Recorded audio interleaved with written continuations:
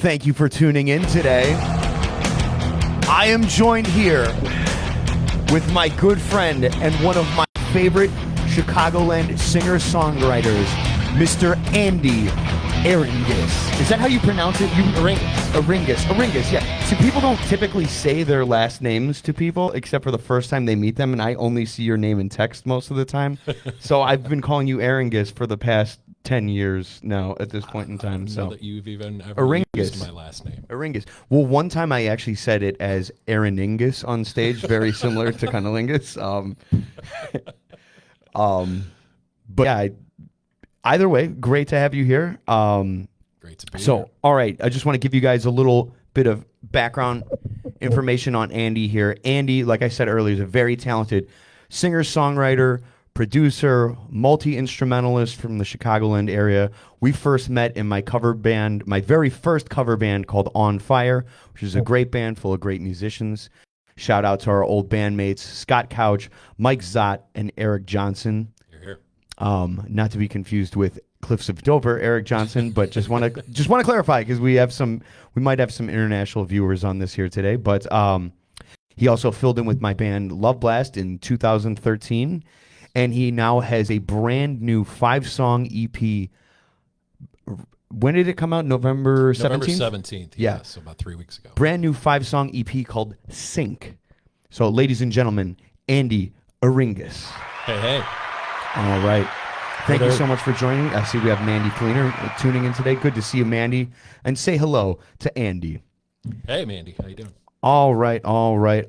So, I guess we'll just start with some prelims here. How did you get into music, and who were some of your early influences? Oh man. When does the disease start? The disease. So I don't know that many people know this story, but so I had a neighbor. We grew up on the south side of Chicago and had a neighbor who had those sort of sunken garden basement windows and that were prevalent in Chicago, and those windows were open all the time, year round. And the older son in that family had just purchased a copy of Deep Purple's Machine Head. That record was played loud and proud in that house a lot. And I was a little kid because that album came out, 71, 72, something like that. And I was a little kid, and I heard that, and I was like, what is that sound?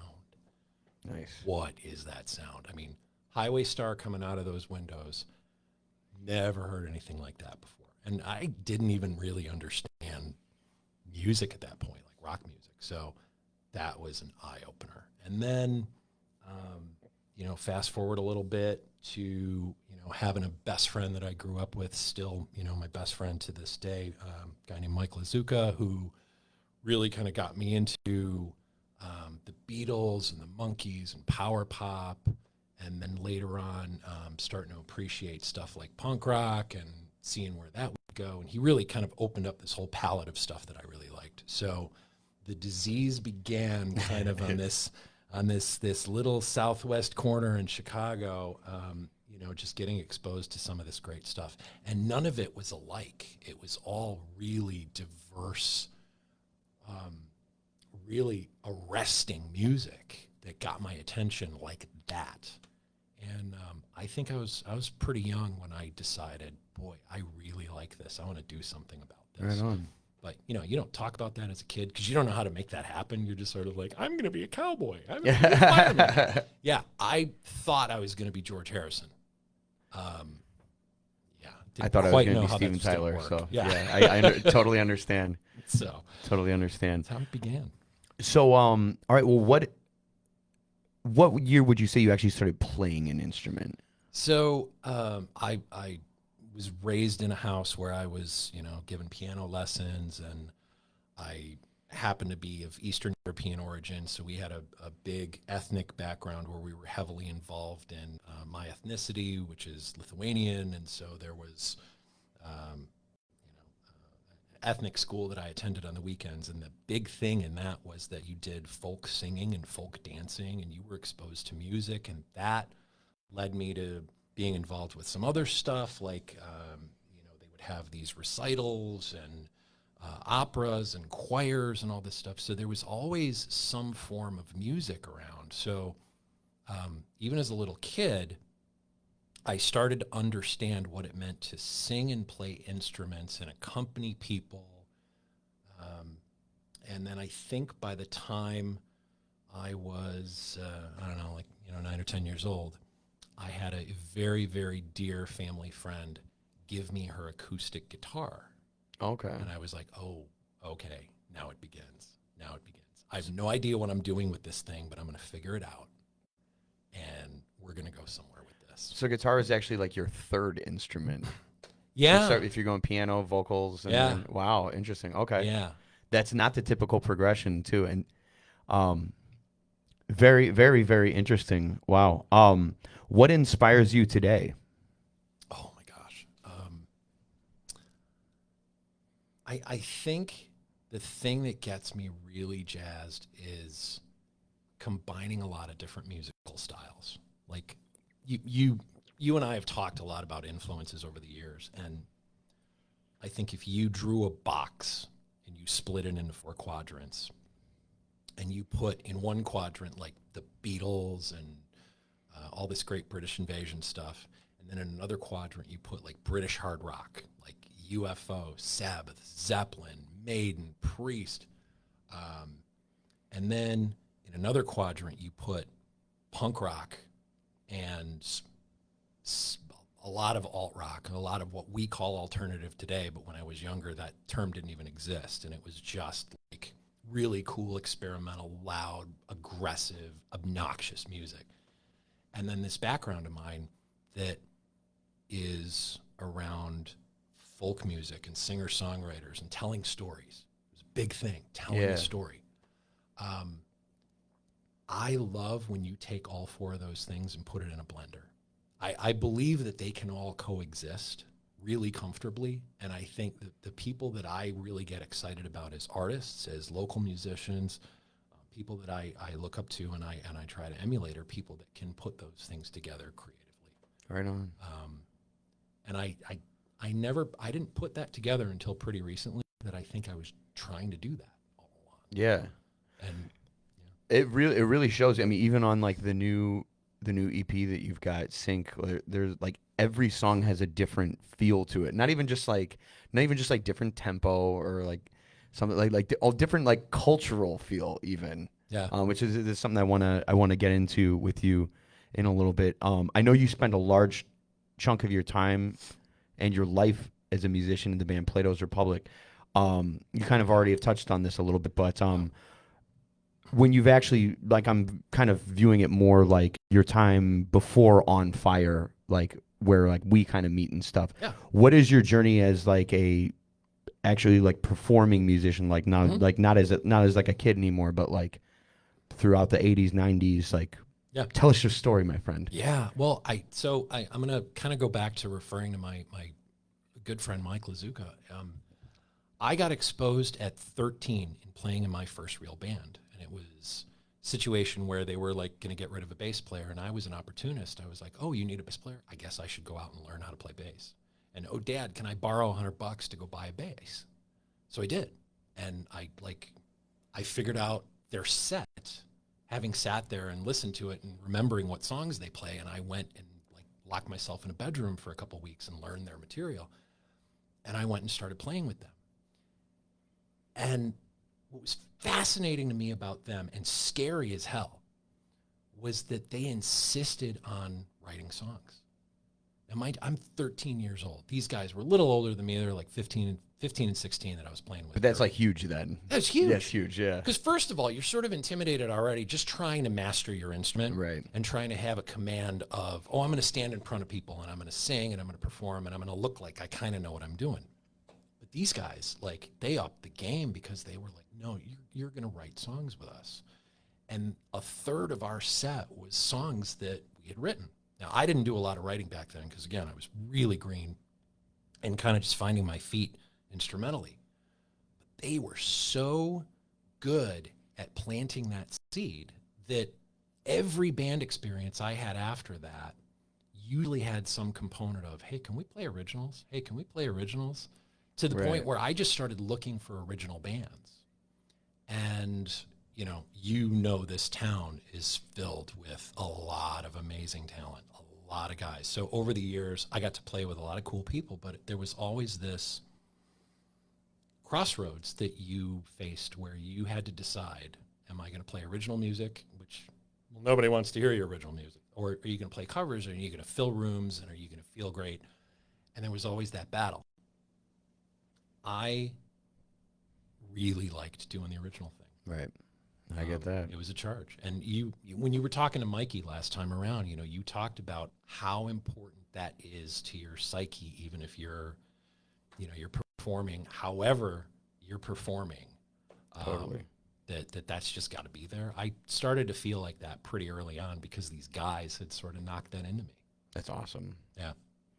That's awesome. So how does that lead to Plato's Republic? How do you end up in that band and spend 7 years of your life in that band? that was 3 other guys that 2 of whom I had known from playing covers. And the guitar player Joe Smith was a friend of mine through school, and we were in competing bands, and he was always the guy that you looked up to as a guitar hero, and you said, well, I really want to be in a band with that guy. And I have to believe that people have moments in their life that are fateful. And I had run into him socially somewhere, and he wasn't doing anything. And I said, could we possibly put together an original band? And so we did, and we were playing an original band, and then life happened. We broke up, and we started doing some other stuff. And years later, I called him again, and I said, let's give that another shot. Are you up for it? And we did, and we started up in, I think it was like 96 or something. And it was very much like that very first band I was in. The charter was, let's just write. Now, something's going to come out, and some stuff's going to be good, and some stuff's not going to be good, but who cares? Let's just write and write and write and write and write. And if you shoot enough arrows, you will eventually hit something that's interesting. And that's what we did, and we were just committed to doing that. Right on. Where did you guys play back in that time period? The live shows were really scarce.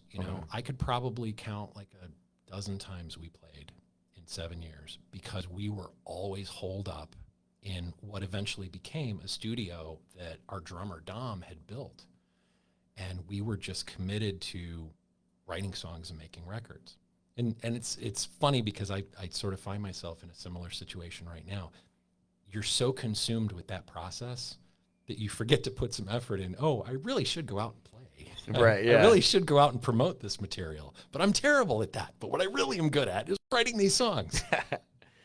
Now, all right, so obviously you go in and out of different, after Plato's Republic, you go in and out of different cover bands, original band, cover band, original band kind of thing. Yeah. What is it that makes you finally decide, like, I'm going to become a solo artist and I'm going to produce my own music in 2013? What is it that finally is just like, I'm doing this and I don't care? Well, it came from 2 places. Wow, that's a great question.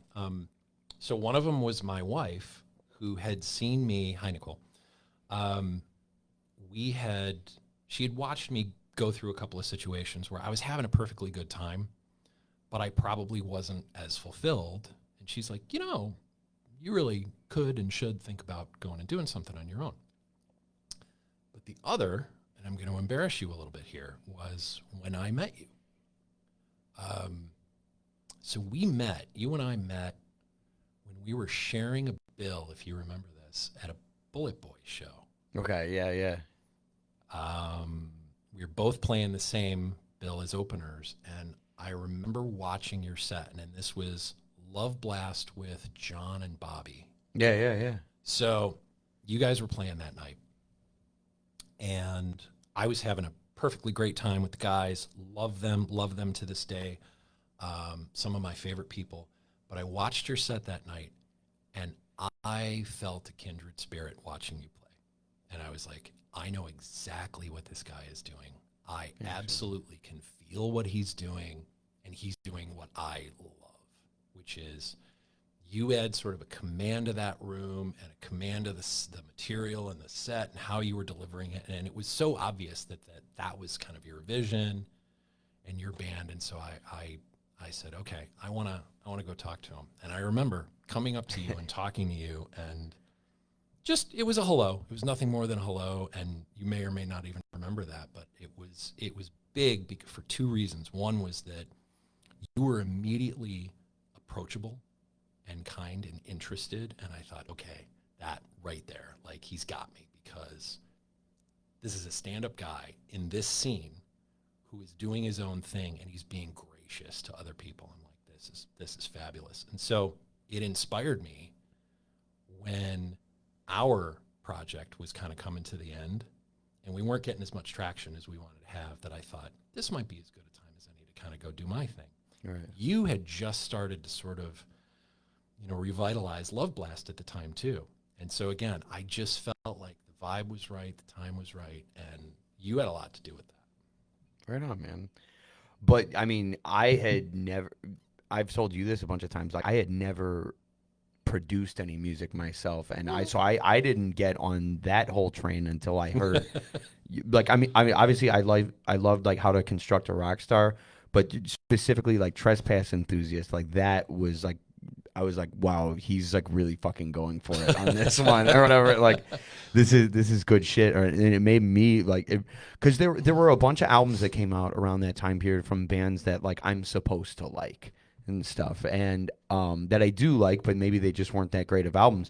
And I just kept finding myself like on long drives with Hairbangers, like I would just listen to your album again and again and again and again. And then eventually I was just like, this is way more interesting than some band that's like manufactured in a studio. I'm just going to do this. Like, that's the route I'm taking. Yeah. But, very cool, man. That's awesome. I'm glad I could have helped out in some small way. Absolutely. All right, so you in On Fire were like always the guy who kind of like saved my ass, and like, like basically like I was I was learning how to sing in that band. Have you always been a great singer, or is that something that you had to work at? Like, so what has your journey as a singer been like? The singer thing was tough because I wanted to do it and I wanted to do it well, but it was like a kid whose eyes are bigger than her stomach when they, belly up to the dinner table. I had serious limitations. And there's videotape floating around somewhere of the first big show I ever sang with a metal band. And it's grim. It's grim. I was singing a lower register. I was trying to sing Maiden, and, my voice is cracking and all this stuff.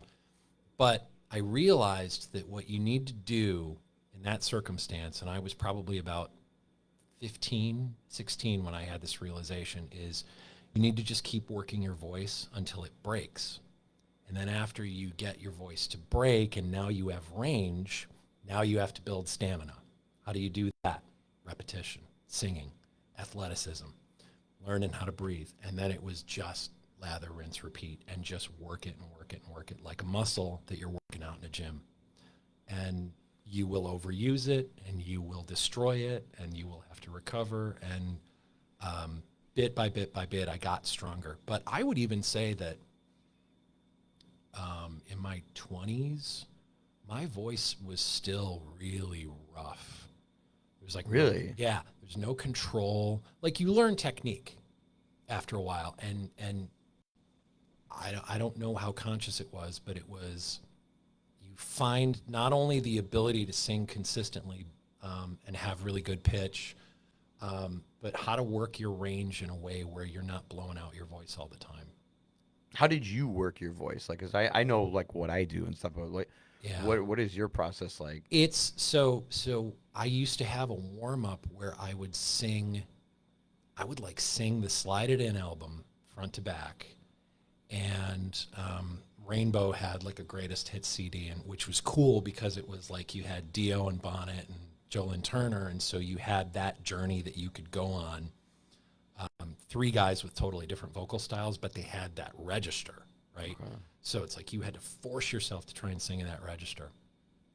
And I was just really persistent. I was like, I have to figure out how to do this. I have to figure out how to do this. And eventually my voice was strong enough to be in that register pretty regularly. And then that's when I started wanting to have more of the edge to it that like an Eric Martin or a Coverdale or somebody has, because then you want a little grit. Yeah, sure. Then it got fun. Then it wasn't like a job anymore. Yeah. No, and there's some really great moments of that on the EP. There's like this one vocal line. I have it written down here. It's you almost go into like a Sam Cooke voice for a second. Oh on my it. God. It's awesome. Yeah. It's the third track. Oh yeah. Yeah. You're gonna be trouble. Yeah. Kind of like a little bit of like at first, like from the background, like vocal harmonies and stuff, I was thinking like, okay, like maybe this is kind of a Queen thing. But then I started listening to the arrangement. Is that a little bit like inspired by like Motown and stuff? You know what it was? So it was Amy Winehouse. Really? Okay. I could watch Amy Winehouse all day long and her band when she was at her peak and she wasn't struggling as much and performing badly. When she was on, that girl was untouchable. Untouchable to me. And what I loved was the vintage vibe of the R&B band behind her playing real instruments. Yeah. Nothing was sampled. They were a live band and they were doing it like an Otis Redding or a Wilson Pickett would do, which was just staggering to me. Yeah. And it's funny you bring up Sam Cooke because there's a big love of Sam Cooke there. You know, you can't listen to Steve Perry and not hear the Sam Cooke and Steve Perry. Yeah. So yeah, totally. That's awesome. Totally. So on that note, like you've kind of touched on some of them. Who are some of your favorite singers? Just give me 5, just like random shots off the top of your head. Like ooh, random shots. I love Eric Martin because I think he encapsulates that great. I can sing anything in any style in any register, and sound good. I mean, he's phenomenal in that regard.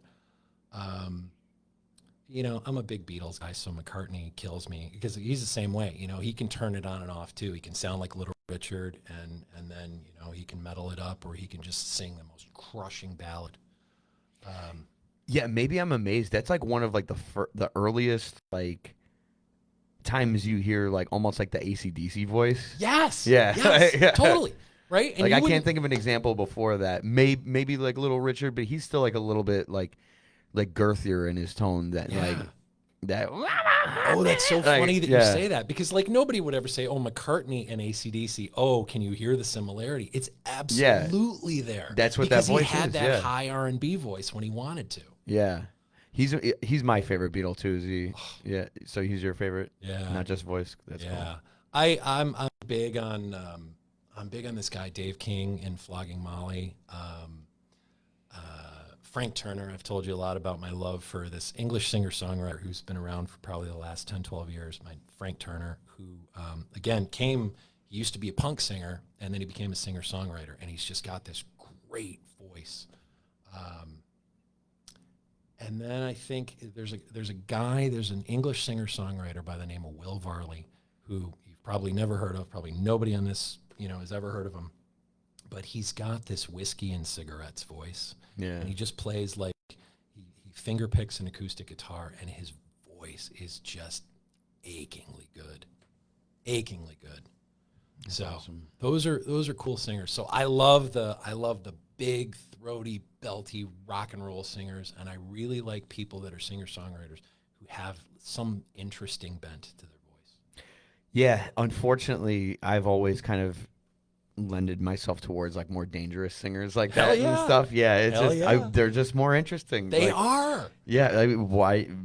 If you want to watch someone walk the tightrope, you want to watch them walk the tightrope. Of course. Everybody who is a singer has tried to do Rob Halford and Bruce Dickinson, and that's the real deal. How would you describe your music before we get into like the meat and guts of it and like what I think about it and stuff? And some questions I have about it. How would you describe your music to somebody who's schizophrenic? Schizophrenic? Okay, yeah. Schizophrenic. But there's continuity in it. You're not all over you're all over the place, but it doesn't sound like it all fits together. Thanks. I mean which is the goal, but yeah. And is not always something that pulls off. But there's a consistency throughout every release that you put out, and I think the depth of the musicianship in it keeps getting better and better every time too.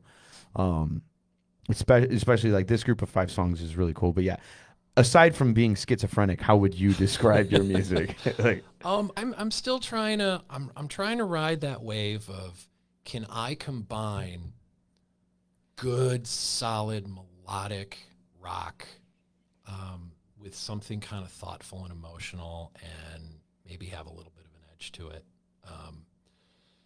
A lot of that comes from just being able to make music now where I'm editing it a lot less.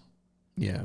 You know, and I think you must be able to relate to this as a writer, that, you know, songwriting is a lot like having a social media account. You know, you start out wanting to curate the image you have, and you want to really, really carefully make sure that everybody understands you the way you want them to understand you. Yeah. When you're willing to just throw all that out and say, yeah, I don't really care. I'm not going to do that anymore. I'm just going to be sort of genuine, and whatever comes out is whatever comes out. I'm not saying you throw away quality, but I'm saying you throw away your inhibition or your immediate judgment that something may or may not work. You just go with it. You go with an experiment. And, you know, I think I've told you there's some stuff that's been held back from my records because they were experiments that didn't work. And I've listened to them and I go, yeah, okay, good try. Not really anything I'm going to share with anybody. But some of the happy accidents, and I've been lucky to have a lot of happy accidents where stuff just come together, and I didn't even see that coming. Didn't even see it coming. Those are fun. Yeah. Those are really, really fun. Those are always the best ones. Yeah. To me. Yeah. I had a song on the last record that I started to write, and you know, we songwriters write a lot of the time. They write autobiographically, and I was writing about somebody that I was just mad at, really, really mad. It was this individual from my distant past, and I really wanted to write about how much I disliked them, and I was critical of them and all this stuff. And I write this song, and it was still kind of fragments. It wasn't totally together yet, but I stepped back from that. I had some distance from it, and I looked back on it, and I started reading it, and I realized the song wasn't about him. It was about me. Oh, shit. And I thought, oh man, okay, wait a minute. I gotta rework this, and I gotta be honest about what this song is, like who it's really about. And I rewrote some of the song, but a lot of the ideas and the sketch of the character that I had created was about me and how like messed up I was in my head. Dude, I can relate to that. Like the song "Revenge Is a Long Game" on my most recent album. Yes. Like it's basically like it's an AC/DC type feel. So I was like, you know, there aren't really any songs about like killing people anymore. Like AC/DC wrote tons of songs about killing people. Yeah, it's like, half their catalog. Yeah. So I was like, all right, like, and so it's like some people in my life have talked to me and been like, oh, this is some like really like devious, like murderous lyrics. But I actually wrote it about how the specific circumstance in my life, how I think someone might think about me, kind of a thing. Like I'm actually not the murderous one, but it's kind of coming from fear of like being murdered, yeah. kind of a thing. Yep. Yep. I wanted to ask you about that too, because like the song "Dick," I think that's a brilliant song, and here's why. Thanks, I man. think it's a brilliant song. There's a multitude of reasons, but number one, I like that it is a combination to me and my interpretation of it, of it is a power ballad, but it's a country song. There's a couple people that have said it kind of sounds like a bro country song to them. Your lyrics are filled with humor in that song, and then there is like this, I'm getting like this deep, deep melancholy underneath that too, and sort of. It's funny you mentioned that because like when I put the song out, people were like, "Oh, it's cool! Like it's almost kind of a Steel Panther thing." I'm like, kind of like, "I'm glad you like it." Kinda. I wasn't joking. But, like, yeah, no, it's really funny. And it's a great way to present whatever feeling you were having at the time, because it's a silly emotion. Exactly. Like, but it's real. Like it's real, but it's a silly like way to think. Like, totally. So you just have to take the piss out of yourself. Yep. From time to time. But all right, before we get into the albums, I want to talk about some of the album titles because obviously this is a very interesting. I assume that Cinq is just this cheeky way of spelling sink, right? Like, Yeah, okay, yeah, I the would, I would, French. I would have. Oh, it's French. So it's I didn't. Cinq. Yeah, Okay, I didn't know if yeah. you were just like making it up or whatever, or you're just playing with letters and words and stuff. I don't speak any French. But I really Um, was. So yeah, okay. the whole theme of having like a sinking ship on the as the artwork for the cover Yeah. was that you could play on the fact that it's the fifth record and the French word for five is sank, but the ship sank and it's a whole thing. So like, yeah, I was having some fun with that. Yeah, the artwork is hilarious, by the way. Like, what is that image? Like, So that's actually, I'm happy to say it's like a public domain photograph. That's an actual photograph. People think it's a painting. It's a okay, photograph that was taken in. I'm going to get this horribly wrong. I think it was like maybe the 1920s or something okay, by an Englishman, and that was, I believe, in the North Sea, and there was some grain vessel that was, and again, forgive me for anybody that actually knows the details of this painting. It's or the picture. But it was just a ship sinking, and I thought the perspective of it was fascinating. That it was an actual photograph taken from the lifeboat of the ship watching that ship sink.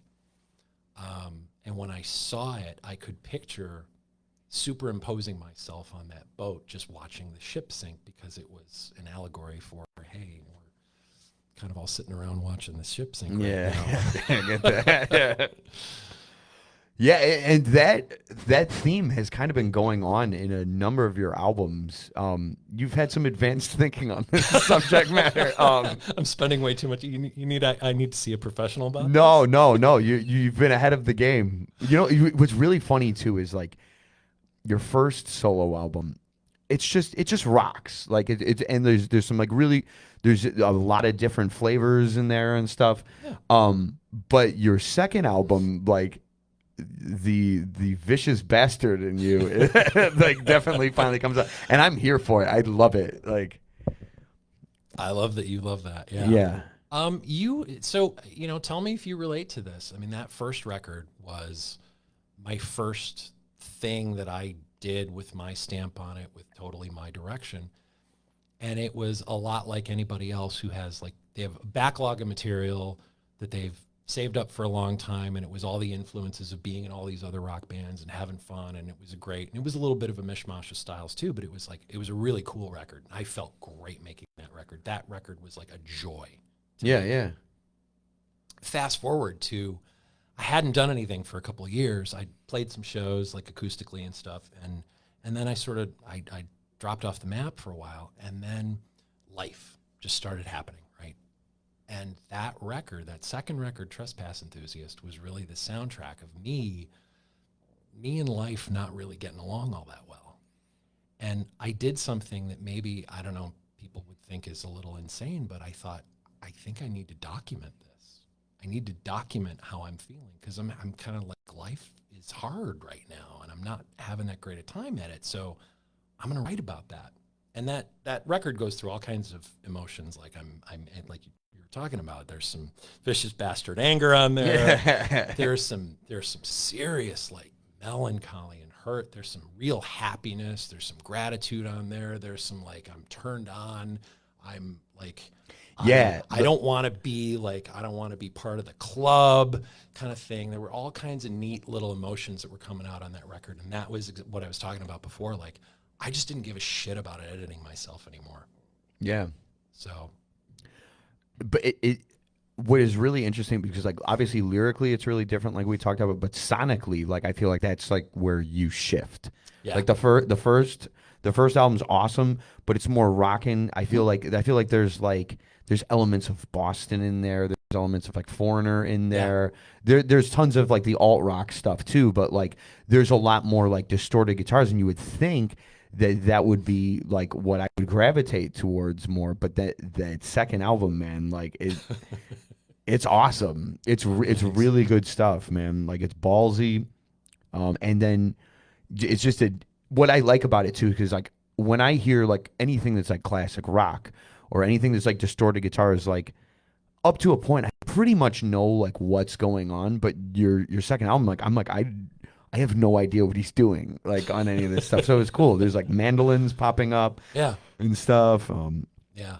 I was super into at the time. Like, you know, if anybody knows who Flogging Molly is, and a great English band called Skinny Lister, and I mentioned Frank Turner before. It was all these bands that were sort of unafraid. They were like punk bands, but they were unafraid to use traditional instruments.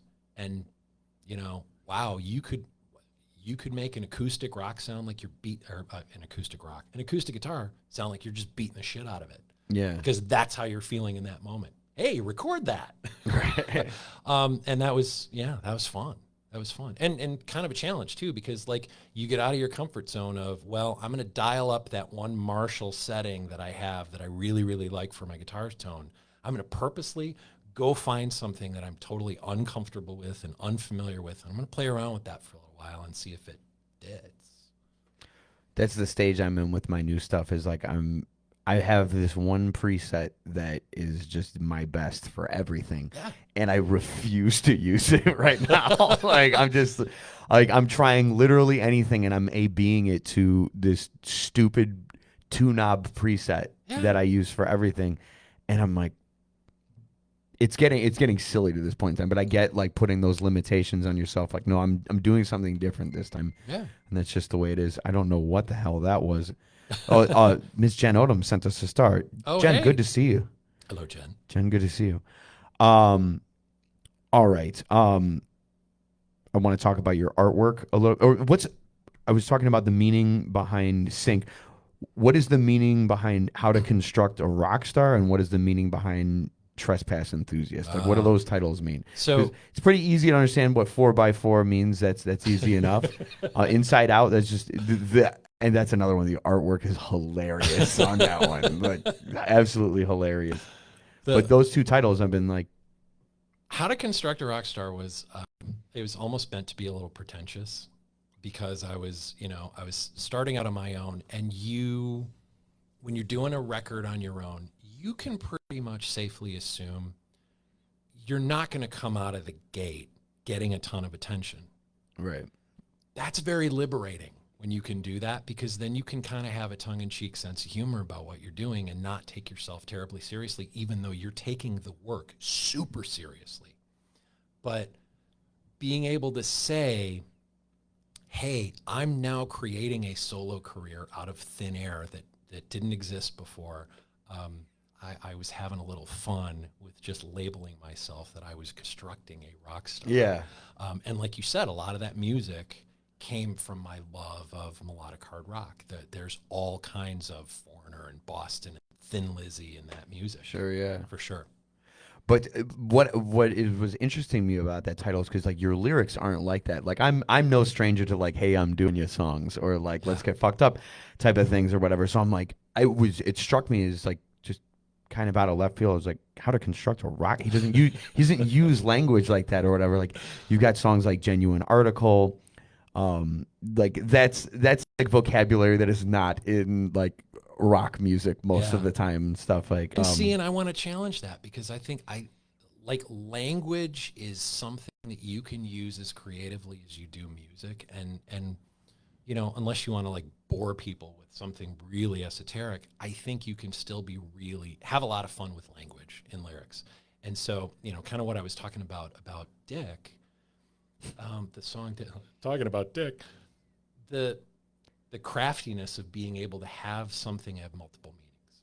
That's just fun. As a writer, that's fun. So I think language lets you have a lot of leeway. Hell yeah. Yeah. Love that. Yeah. Speaking of artwork too, like to go back on the Plato's Republic thing. Yeah. I always feel like every young man puts out like their horny teenager album cover. Yes, sir. And you certainly did that with the Exploding Cafe in Plato's Room. But I will say that I find yours even more erotic. Like I put out 2 horny teenager album covers. I put the First Love Last album and the second one. And I really try hard now to like get away from because every time any version of Love Blast would get together and talk about like, okay, what's the artwork from this for the single going to be?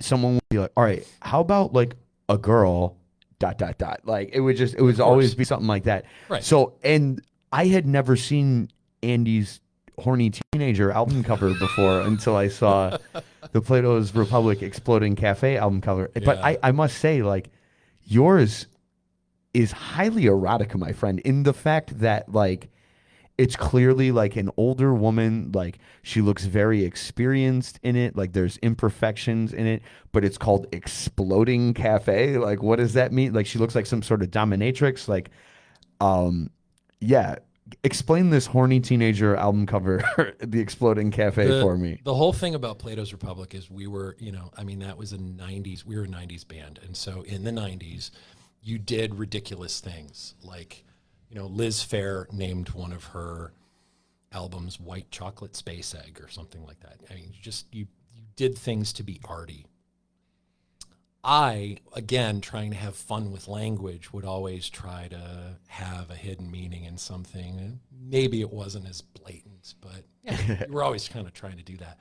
But that photograph on that album is actually Dana Delaney. I don't know if you know who that is. No. But it was a promotional still from the movie Exit to Eden, which is generally regarded as one of the worst movies ever made. Okay. Worst movies ever made. But the promotional still of her in that outfit kind of resonated with me. Yeah, it certainly resonated with me as well. And I just thought, okay, well, but I was a young man, and that's what I did, and I thought I was being edgy by putting that out there. My bandmates to this day in Plato kind of cringe at that cover, like, really? You really did that? And I was like, oh, come on, let's just do something crazy. Like, I think it's great. So you just, it was the 90s, man. All right. So you've had 5 solo releases so far. Yeah. How to Construct a Rock Star in 2015, Trespass Enthusiast 2019, Inside Out 2020, 4x4 2022, and Cinq now in 2023. Each of these albums, I've noticed there's an improvement in some way on something. Like, what was your objective with Cinq? Wow, that's a really good question. I had not tried, like you brought up the song You're Gonna Be Trouble. I had never tried an overt attempt at an R&B song before. And I'll tell you a little bit of the story of that song. Was my original intent was, could I sing that song like an old R&B singer, like a guy that would be up there in a suit with 5 guys behind him in suits doing the doo-wop thing. Yeah. And I really aspired to do that. And when I was originally tracking that song, it went horribly, because I realized that at whatever phase I'm at in my life right now, my voice doesn't do that. And I kind of had to face the fact that my voice never did that. I was more trying to sound like David Coverdale than Otis Redding. So let's not kid ourselves. Okay. So I had to kind of turn around and just be able to do that song, that particular song, kind of as me and whatever that sounded like. And I had to go through a couple of different tries to make that happen, but it was fun. But the record overall, your question about kind of where I was going with that was I was trying on a few other things that I'd never quite done before. There's odd meters in the drumming. There's really aggressive acoustic playing in there. There's a guitar solo that I did in there that I don't even know that I could repeat if I had to. I was going for Blackmore. Is that on Everything Away? On Everything Away. Yeah. That's easily my favorite solo on the album. Thanks. And that was something that, like, that was an accident. That was one of those happy accidents where I was just ripping one night. And I was like, oh, crap, I got to hit record. I literally have to hit record now because this will go away. You're just in the zone that night. And I was in the zone, and I got it. And then I listened to it, and I was going to get rid of it because I was just like, is this a shred song? Should I be shredding on this song? This song doesn't sound like something I should be shredding on. And then I stepped back, and I heard my love for Ritchie Blackmore in that solo. And I'm like, oh, I'm just leaving that because again, that's me. I don't need to edit that. That's how I was feeling about playing guitar that night. Right. That's like a Polaroid. Why would I get rid of that? That's perfect. Okay. Print. Done. No, it was my favorite solo on the album. I'd like to play it here in a little bit. Yeah, like I said earlier, like I feel like it's got the most musical depth out of all of your releases. If I had to pick one song off of this album to show people and like you only get one song, I would say probably King of the Ruins, but my favorite is Everything Away. What is like the feel that you're doing at the beginning of Aching and Shaking? Oh. Like I was like, is that a Latin feel? It's not quite. There's a little bit of like a flamenco-y It's like quality. bolero, yeah. Okay. So, and I don't know how familiar you are with like a band like the Smiths or Morrissey, but Johnny Marr was the guitar player for the Smiths. And what was amazing about the Smiths when they were a band in the early 80s was he was the anti-guitar hero. He would play clean guitar with like, some chorus and some delay on it, but like there was no distortion at all in what he was doing. And he didn't play traditional guitar solos. And they would, again, be like this mishmash of musical styles. And I thought, how cool would it be? I was really going for kind of a retro 80s feel, which is now very, very big again in popular music and alt rock, where everybody's got like basically chorused, heavily delayed, clean guitars chiming away in the background of these songs. And I was like, I came from that era. I was playing and loving music in that era. I want to do something like that. But yeah, it's like a bolero intro that would have been something very typical that the Smiths would have done. But speaking of like the craziest intro on the album is easily I'm Not Done Yet. Like when that first started, I was like, is this like a Schoenberg like 12-tone row? Like what the fuck is this? Like I was totally here for it though. Like it's awesome. Like great song. I love like the effects that you put on your voice on that one. Thanks. But and I love when you bring back the string theme at the end. Yeah. And then you've got like the drop D guitar on top of it. With the my God, you've really paid attention. Oh no, totally, wow. totally. It's really great stuff. That ending too, like it almost has like a little bit of like an Iron Maiden-y like feel, like almost like if like. Even though it doesn't sound like an Iron Maiden song at all. Yeah. It's just that final ending part. It sounds like a ship going into battle, like as a pirate. Like very much. Like it's awesome. Very much. That song's about a person coming unglued, and so there was a very deliberate move to make the end of that song sound like somebody's literally coming apart. Totally. Yeah. Yeah, well, mission accomplished. Like at first I was like, what is going on here? Couple other things I want to talk about it.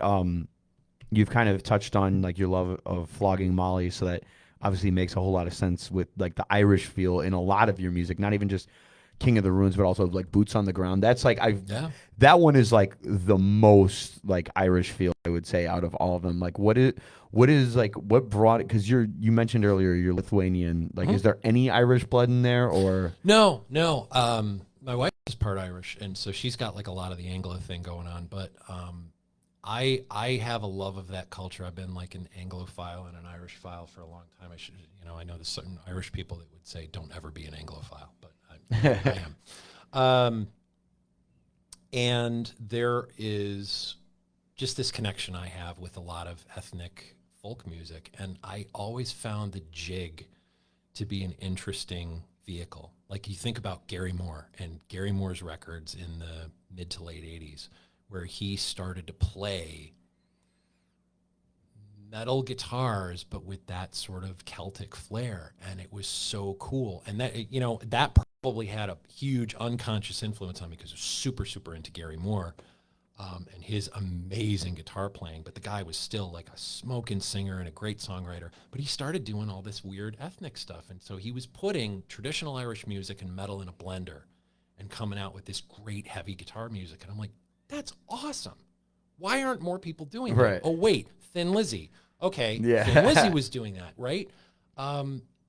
so you start to have all these epiphanies about this stuff's been around forever. People have been combining this music forever. Let's keep doing it. Let's keep making it interesting. Definitely. Let's see, what else did I want to talk about on the... I love the riff on Everything Away. That gets me like right away. Yeah. I love the lyric, because every big pretender knows the first thing you surrender is the feeling that you're ever in control. Oh, my God. And when you pass the sentence, you should come to some acceptance that you're whole. Great fucking lyric. I would say like that is the opposite of my like I feel like I've been trying to control everything my whole life, and now like I'm finally having to like resolve to like just chill out, man. Like But the first thing I surrendered was not the feeling that I was in control. That really opens a lot of doors, man. The whole notion of surrender. That's huge. Let me let's play this guitar solo on this song while I'm here, and then also like there's a great vocal line in the song. Well, I gotta give a little love to King of the Ruins though. Hey Jen, hey Jack. Let's see. Hi Jamie. Great acoustic guitar playing on this too. Oh, that was fun. Is there a little bit of like America Ventura Highway in there at all? I don't know if consciously. Yeah. I just heard that song recently. I was like obsessed with it.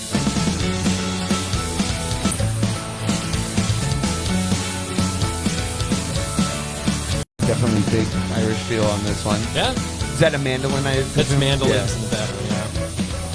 I had to learn how to play a mandolin a few years ago, and I don't wish that on anybody. I have so many questions unanswered, wanting not to react.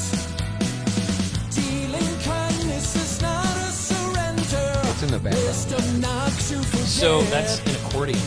Okay.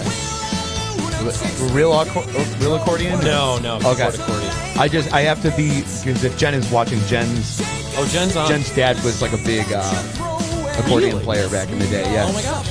Maybe a picture of him back here. We gotta see that. I love this part. Oh, it's second time only. Okay, wow. I'm looking like a rube now.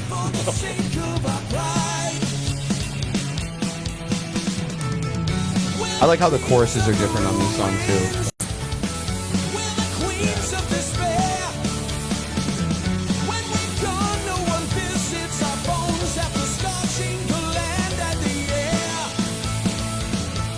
The second chorus is even better than the first one. It's great.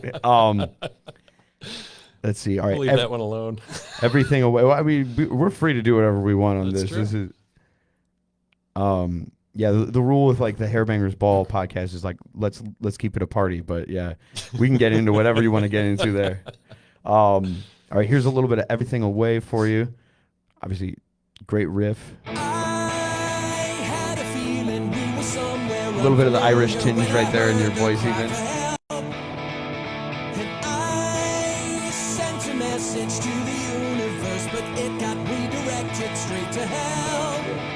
Now I didn't come here trying to change you. This spark of rebellion. Great vocal harmonies on this one too. Should I set a table for the A lot of songs are capoed, you know. Okay. Yeah, just so that I could get the shapes, the big open shapes on the guitar with the capo. So this is like capo 2 playing a G chord on the A, and so it opens it up a lot more. Here's the chorus. Great. Fake out chorus right there. Fake out. I'm not doing a chorus there. Yeah, that's the one thing. You've got great arrangements on these songs, man. It's not cookie cutter, like, here's the verse, here's the chorus, here's the verse, here's the chorus, bridge, last chorus, let's do it again, kind of a thing. I want to show that solo.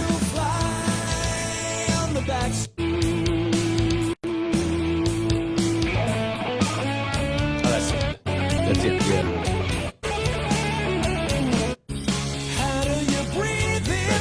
Love the strings in the background there, too.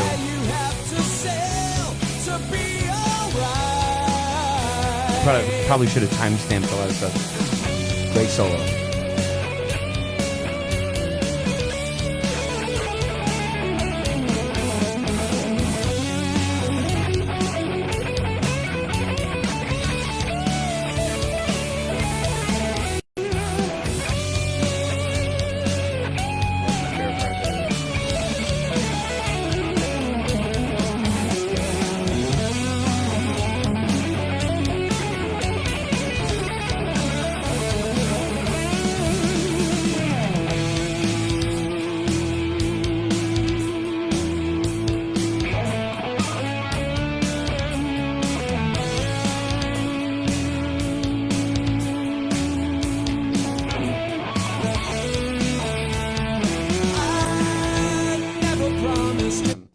One of my favorite vocal lines, though, is like right around 3:30. Great example of Andy's amazing voice. Breathe inside the lie. You have to sail to be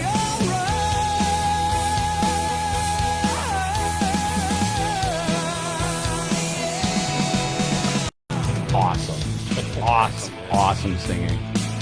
So I need to tell your audience, if they didn't know this, that first record I did, How to Construct a Rock Star, Mr. Brian Durbin I am on features prominently on that record on a because couple. you did two of the most ripping guitar solos on that record. Thank you, man. Thank you. Yep. Yeah, Do It Again and Giant. Yeah. 2 songs off that one. Oh my God. And they're still melted into the ground of that house that we recorded that in. It was so good. Yeah, it was a lot of fun. Yeah. Still using a lot of those tricks. Like I listened to it earlier today. I'm like, really? I'm still only doing those 2 things? Like, but nobody knows it. So Yeah. whatever. And I have found myself now. I think you and I talked about this last time we were having dinner. Was the whole business about if you find yourself in a box in terms of like, what am I going to say with this guitar solo?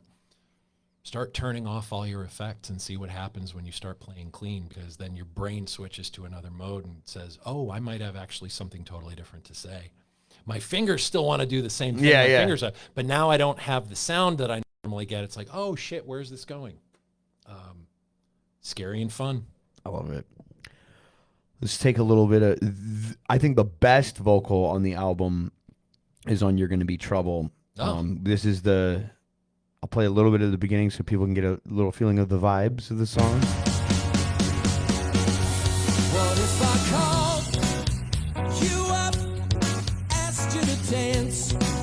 Oh wait, maybe you take What Superior kit are you using there? knowing it's Are you still using wrong, how Superior? you make Yeah. it There's a Premier kit with a really tight snare. I was going to use like an old school kit, like a Gretsch, old Gretsch or Ludwig kit on this. And I was afraid of doing too much of a jump between the tunes and having that inconsistency. I like the foundation of a good drum sound. I love the horns coming in here. I try to use a lot of horns on my stuff too. Even if it's just like in the very background doing the exact same thing the guitar is doing. I use a lot of like baritone guitars or baritone saxophone. Yeah, at first I was like, is that like a Queen type of thing? It doesn't sound like Queen. A lot of Awesome Beatles. changes there.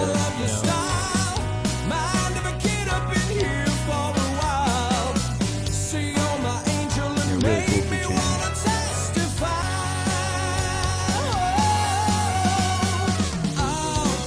I want to show the vocal that I'm talking about though, where you go full Sam Cooke.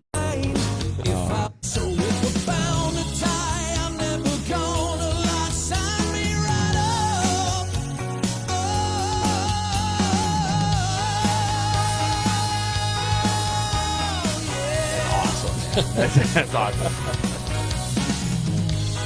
How long does it take you to nail like a run like that? I've always had a tough time with runs. So I'll get that on the first or second time, and then if I try to do it again, it won't be as good. It will be technically perfect, but it'll sound like just You're trying to hit plastic. the notes. Yeah, I'm trying to hit a note. So I find the more authentic take is the one I'll keep, even if it's imperfect. There's a lot of imperfections in these records that are there intentionally because I don't want them to sound mechanical. I want them to sound as real as possible, like a real band's playing this. And that's one of the things that I love about your recordings is like they're really undoctored, you know, and just because you've got nothing to hide. Like, I mean, I'll use technology to my advantage, not as much as I used to, and I try really hard to. But I mean, like, yeah, there's no Melodyne on these songs as far as I can hear it. There's no auto tune or anything like that. Like, no, sir. You're 100% straight, authentic, man. It sounds fucking great. I mean, other than kind of using, keyboards for horn parts, I know some really cool horn players, some guys I've played with in previous bands and stuff, but like just getting them out to play stuff, okay, so I'll do those on the keys. But yeah, all the other stuff is just legit. I've thought about like, not like my next album, but I've thought about like maybe the album after that, like picking a new instrument, not for me to play, but like, all right, I'm going to hire somebody to play all the baritone sax on this album, even if it's just like 3 songs or something like that. Yeah. I'm always trying to find ways to like make it more and more real, which Aching and Shaking, when did you fucking start playing drums? Because you're quite the drummer, man. Like, I got that band when I was 13. The drummer in that band wanted to be a lead singer, and so he would call me to play drums on certain songs where he wanted to sing. And he's like, I'm going to show you how to play drums. And I was like, what are you talking about? So like when I was 13, he showed me like 2 or 3 songs, and they were like punk rock songs or whatever. So I had enough to be dangerous, but bought a drum set for my own house in 2010 or something like that, like shortly before I met you, and just started woodshedding like anybody else. I'm like, okay, if I'm going to be the guy playing these things, I better know what I'm doing. And the reason, honestly, like I get asked the question, there's some time in between records. You know what I'm doing? I'm learning how to play drums. Because I write these songs and then I'm trying to figure out how to play them on the drums. And I don't believe in cut and paste drums. I believe I have to play. And so invariably I suck at it until I get it right. Well, I mean, it's not in vain, man. It sounds really, really good. I'm gonna play a little bit. You said it was a bolero feel? Yeah, a little bit. All right, let's show everyone what we're talking about there.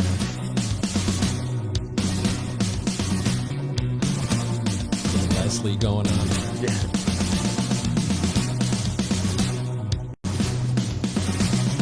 It's like a bullfighter standing in front of you. Yeah, that's totally what it sounds like.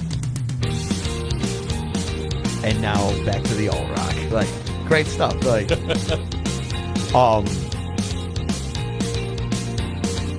where's like the drum solo on this? Well, not drum solo, but it's very.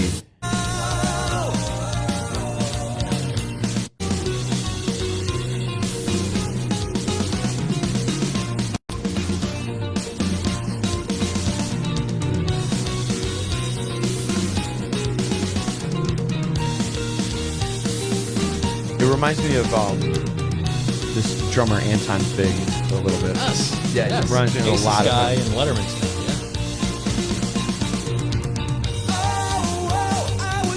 Yeah. It's nuts, man. Like that. I just program all my drums, man. Like I'm not gonna sit there and try to or like I've thought about hiring someone to do them for the next time around. Like I don't know how you have the patience for. I mean, you literally like every single note on your album. There's not a single note that you haven't touched. Yeah. Like it's. Yeah. Where it was like my albums are the same, but I just kind of put them there. Like it's like with like all of the drums and any like sort of like orchestration or horns or anything. It's like software developing almost, like which is not nearly as fun as playing it yourself. But I wouldn't know the first thing. I'm sure you would agree with me. We have been spoiled by the people we know. I mean, we know some stellar musicians, just these monster players. You know, and I could sit here all night naming them, but I mean, they're good friends of you and I, and there's probably a Venn diagram where we know half of the same people and we've played with half of the same people, and they're just so good that you don't want to suck when you know they're going to hear this. Yeah. 100%. Yep. 100%. All right, and then the final song on the album, I'm Not Done Yet. I love this wacky ass string intro. You said you were trying to make it sound like somebody's like unraveling. Yeah. I mean, yeah. it mission accomplished. Let's play a little bit of that here.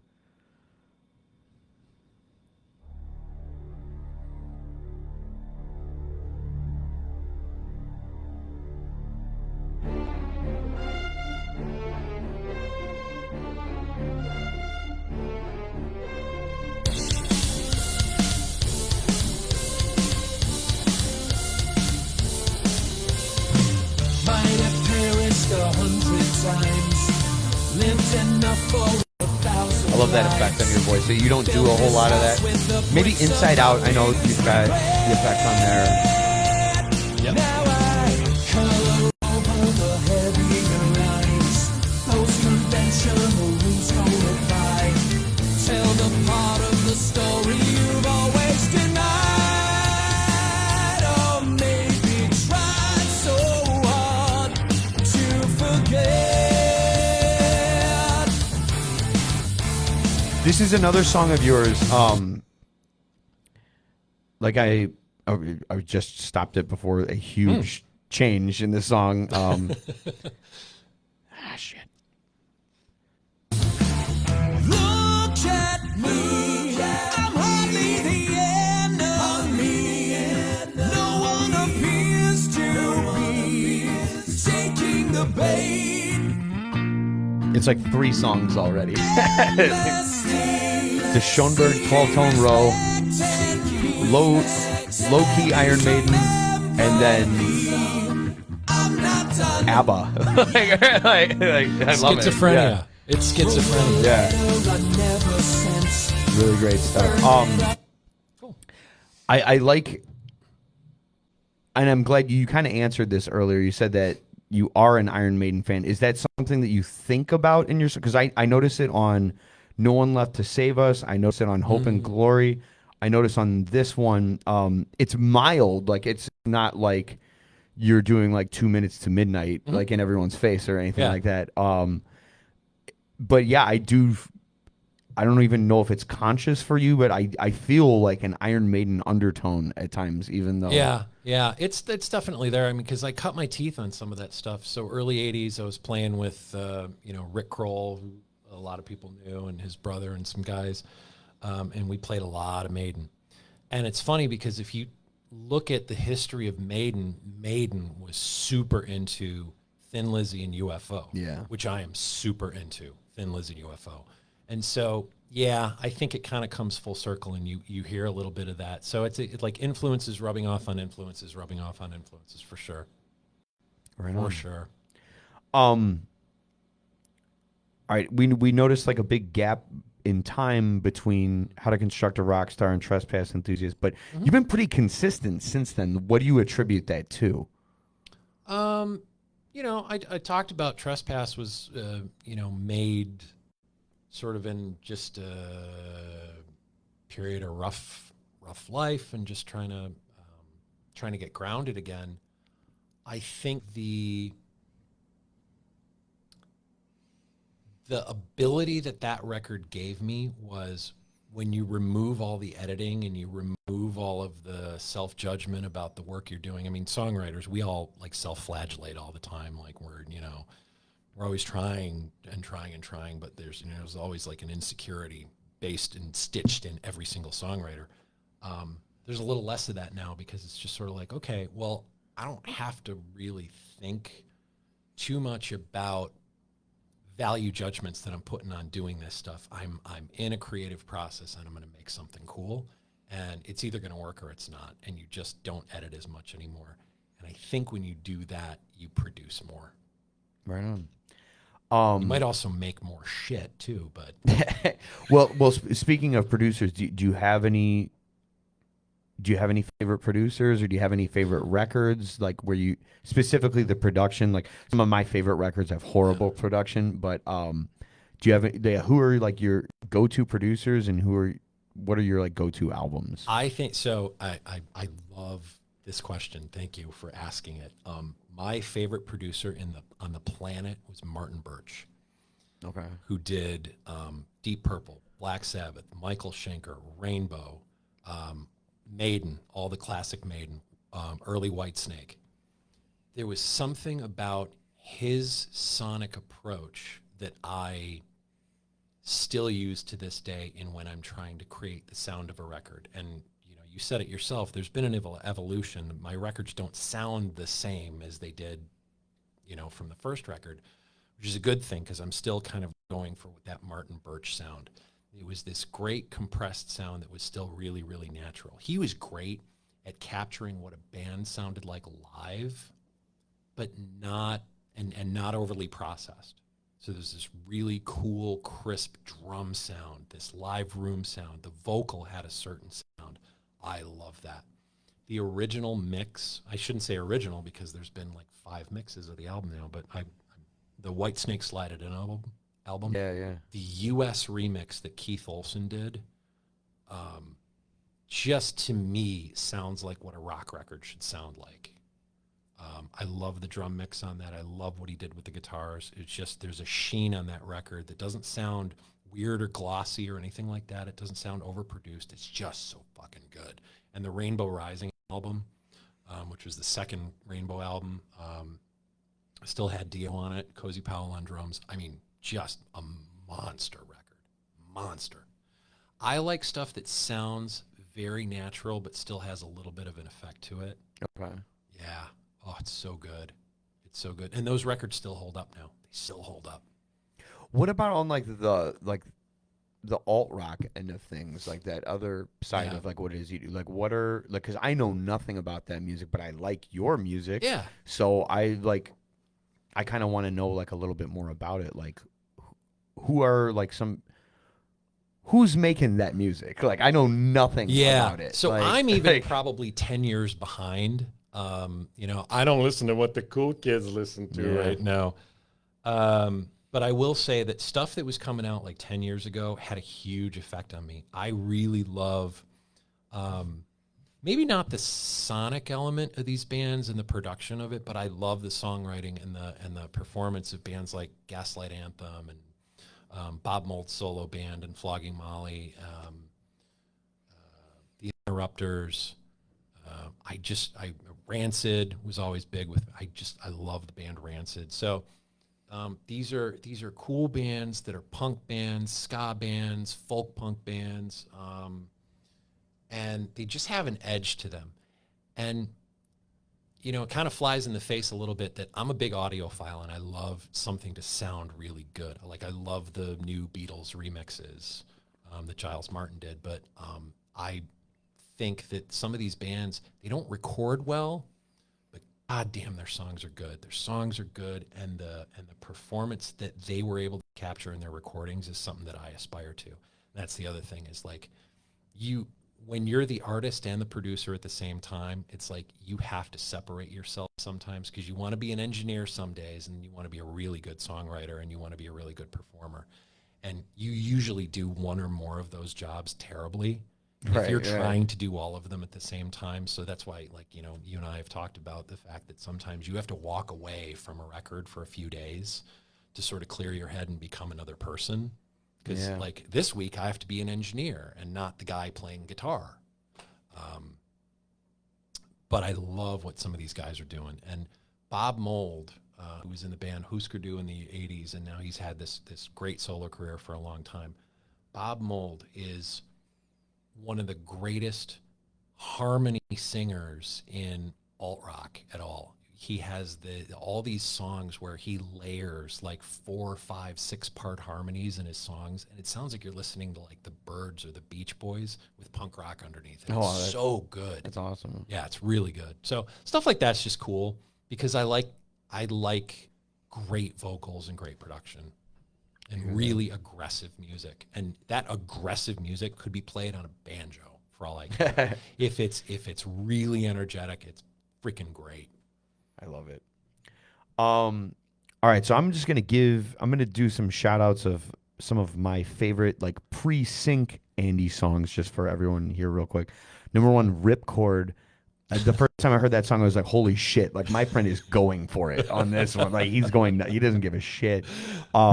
If we only had more time, I just think it's a great riff, great vocals, great song. Fang.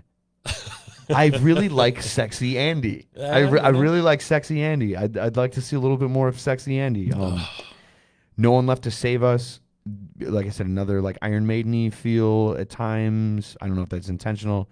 Awesome guitar riff. Nice rocking song. Great pissed off lyrics.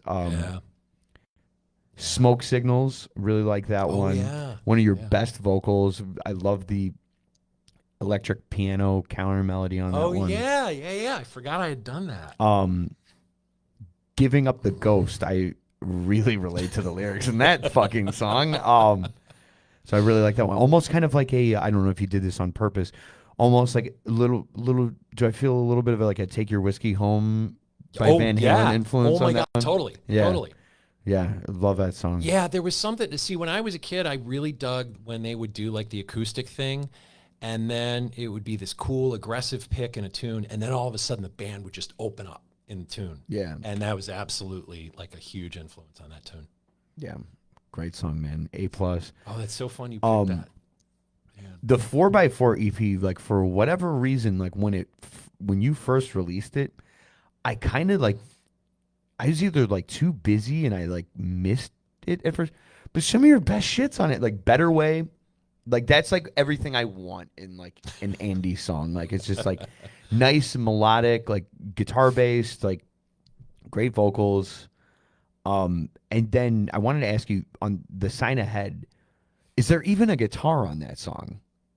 Or are you only playing piano and drums and singing? Oh, there's like a clean like porno guitar in there where it's okay. Like, boom, waka, boom, yeah. I must have missed that or whatever. But like, and it's probably buried because it's there for effect. I found like in songs like that too, when you're layering, you don't.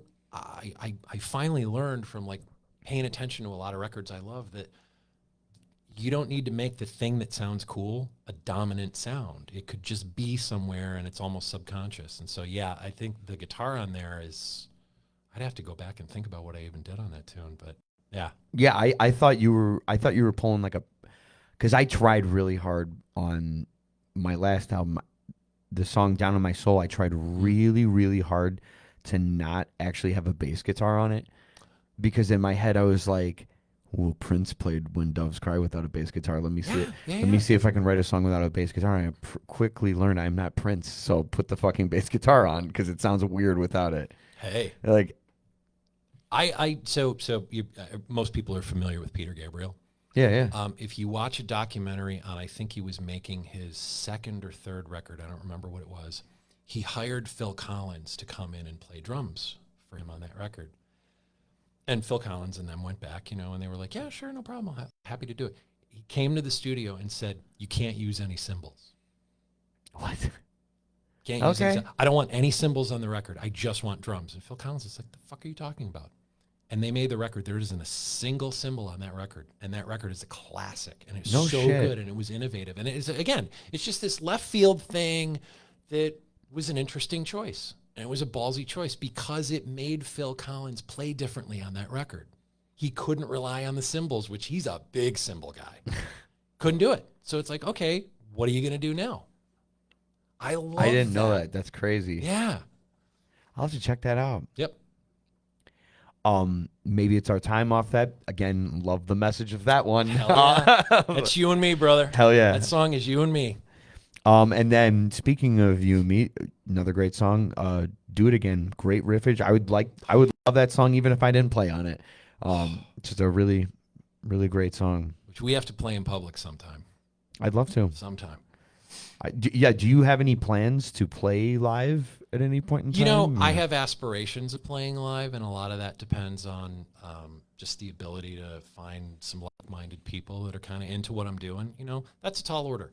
You know, people like to do what they do, and I get that being a solo artist, sometimes, I mean, you've experienced this, I think, in just the multiple projects you've had. Yeah.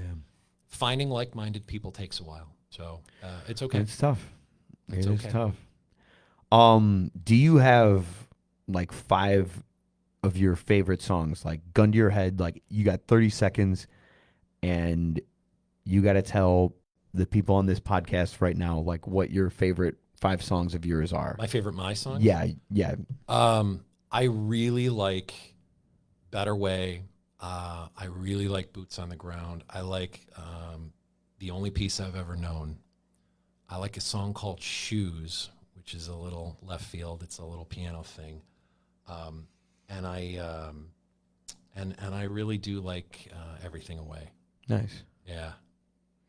Yeah. I think if you were kind of having that playlist of who is this guy, you know what? I'm going to switch Everything Away with Ripcord.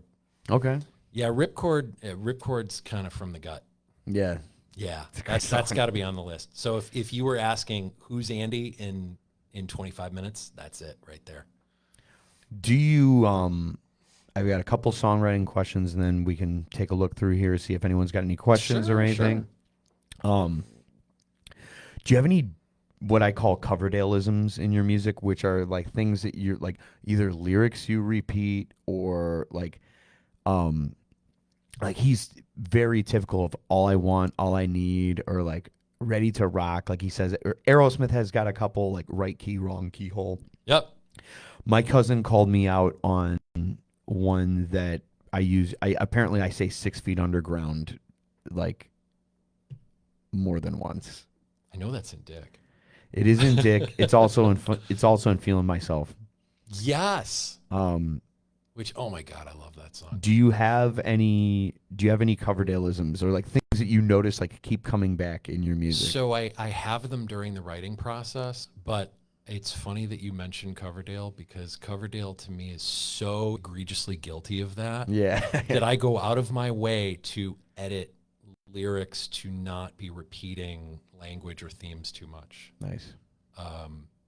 And sometimes it's at the cost of like, oh shit, it's going to take me 6 weeks to finish a song that I could have written in 5 minutes. There is one Coverdaleism in your music. You only use it 2 times throughout your catalogs, not even the same album like me where I used it on the same album. I can almost guess. Do you know what it is? It's the word manifesto. Really? You mentioned it on Giant and Trespass Enthusiast, but to me, like the only reason I really notice it is because to me, Ripcord like sounds like a manifesto. Hell yeah. Like that's like I always thought that there should be like in a perfect world where there's like a budget for everything and you can like rent out a bank for a day, like and get like a Tommy gun. I always thought that like that song like should be like a black and white video of you like holding up a bank with a Tommy gun and just like yelling the lyrics at people. Like I love every second of it. Yeah.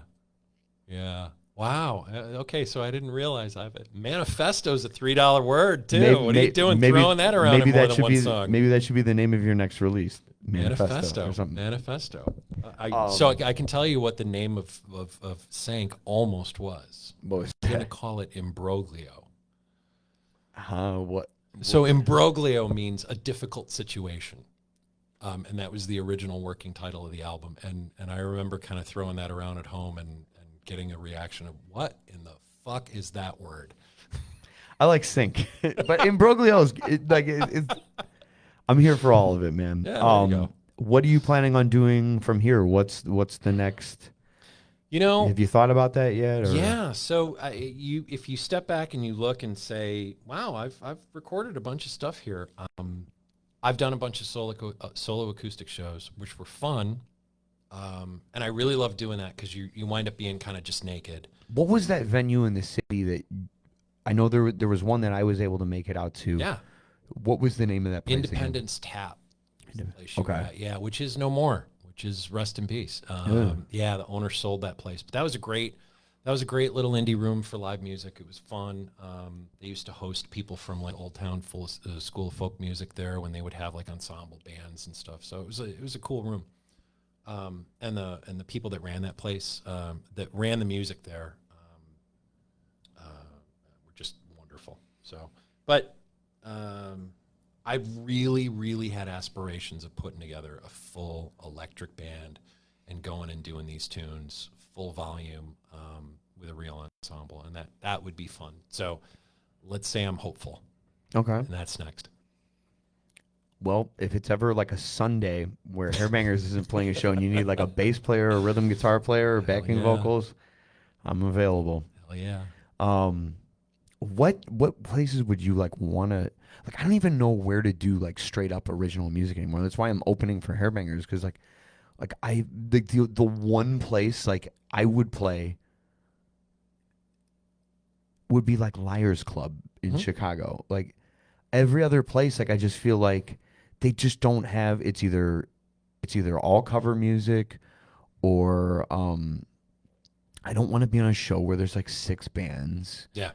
And like half of the front row is taken up by 5 of the band's drum kits or whatever. Like, Yes. I don't want to be on a cluster. I would like to be on a show where it's like either 1 or 2 other bands. Yeah. But Yeah.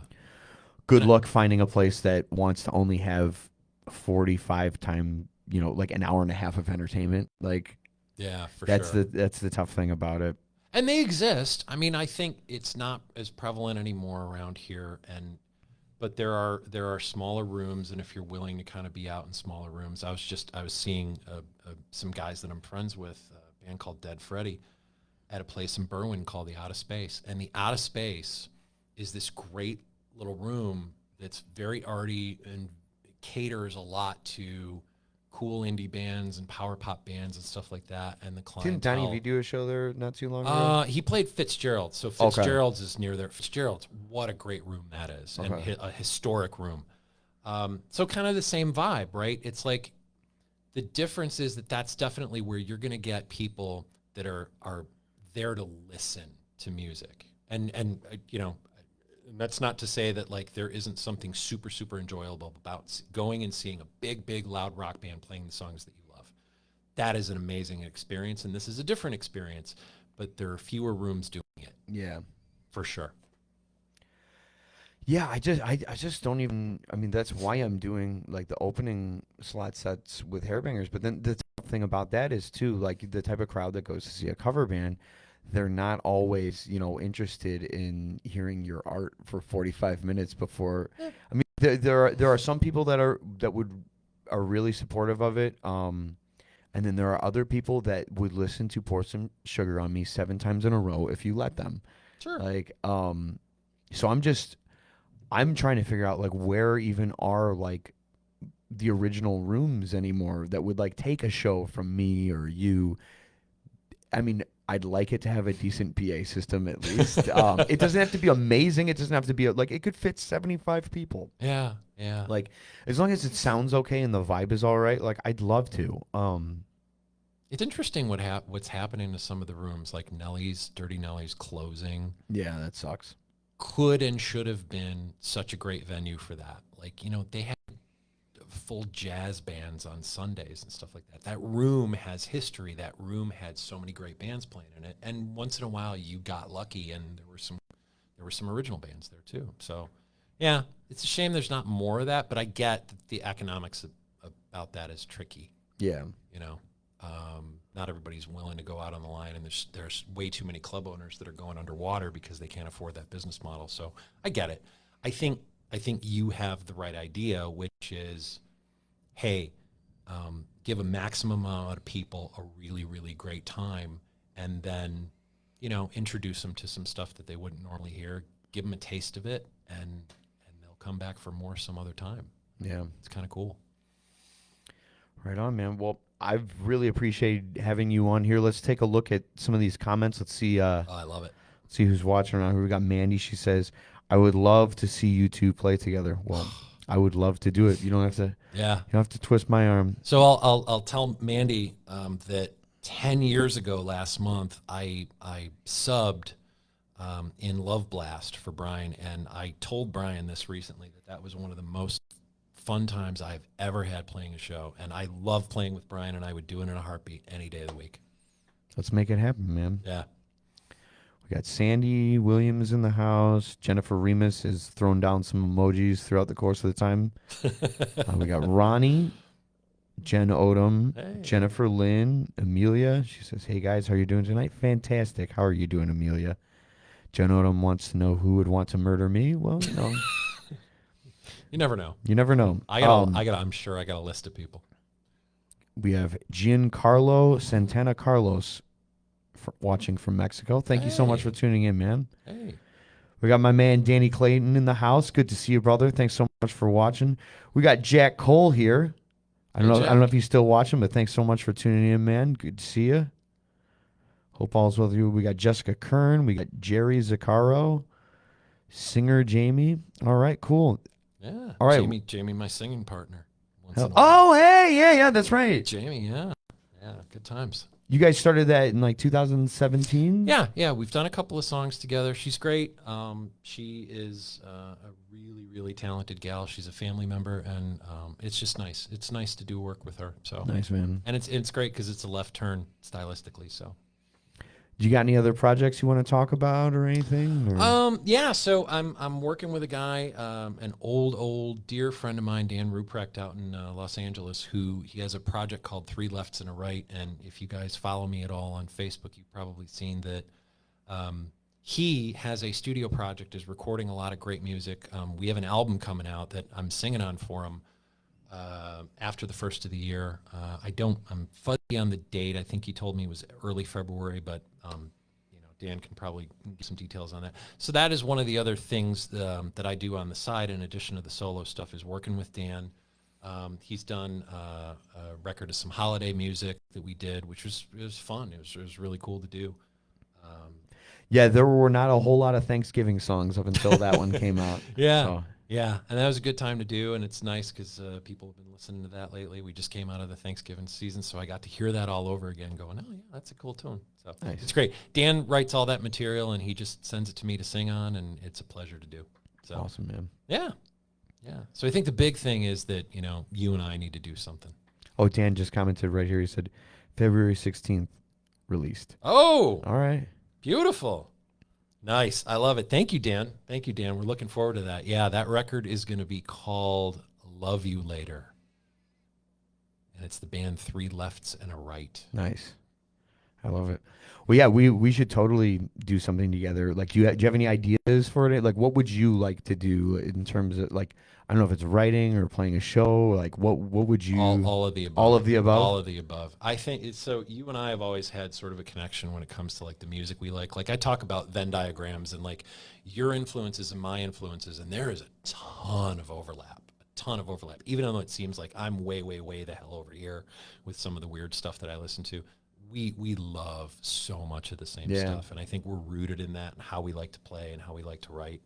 And then I really like your songwriting.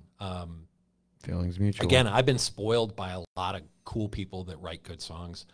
I have every album you've put out, and I listen to them regularly. They're great. So, and I'm sure I'm in good company with people that are on this podcast, but it's so fucking fun to listen to your records. So when I hear stuff that I really, really like, I know that, we could be doing something. Yeah, I mean, let's make it happen. Let's try a tune and just start from scratch and absolutely have some fun. Absolutely. And we don't have to pay for studio time anymore. We do not have to pay for studio time anymore. I love it. Guys, thanks so much for tuning in. This has been a whole lot of fun. Everybody say goodbye to Andy. And we'll see you on here sometime whenever I've got another guest. And check out his album Cinq on the platform of your choice. The link is up in the description right now. There's tons of different ways to listen to it. Oh, yeah. Why are you not doing physical releases anymore? What I want to do is eventually do a vinyl, but I was going to do like a best of on vinyl. And just waiting for the right time. I think, CDs are cool, but I think ever since I haven't been performing a lot, I haven't been, moving a lot of CDs. I moved digital, which is great. But eventually I'd like to do something on vinyl. It's Cool. just, it's cost prohibitive to do unless you know you're really gonna, like, you're gonna move that product. So That's it's cool. That's where I'm at with the vinyl and stuff. Yeah. But awesome. Take care, guys. And yeah, we will see you next time. Yeah. Thanks, everybody. Check out Andy's music. Appreciate it.